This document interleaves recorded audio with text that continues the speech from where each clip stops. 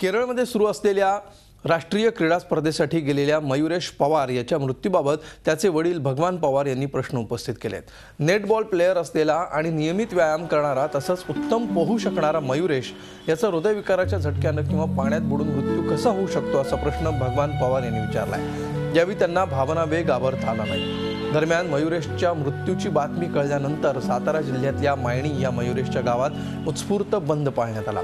दरम्यान मयुरेशचं पार्थिव सकाळी मुंबईत आणलं गेलं।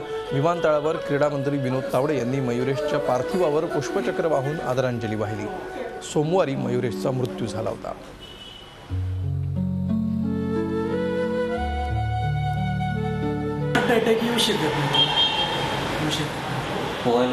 पोहायला चांगलं येत होतं, हार्ट अटॅक येऊ शकत नाही।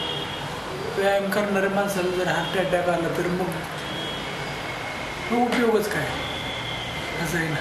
हार्ट अटॅक येऊ शकत कारण मला आणि ह्याच्यापूर्वी न कळत काय काय तरी दुखायला पाहिजे ना, कायच दुखत नव्हतं तसं। आणि विशेष म्हणजे सातारमध्ये गेल्या वर्षी मॅरेथॉन होती, त्यानं 5-6 किलोमीटरची मॅरेथॉन नाही म्हटलं तर त्यानं 3रा नंबर काढला। आणि शाळेचं शिक्षण घेऊन दोन्ही करणे एवढं सोपं नाही।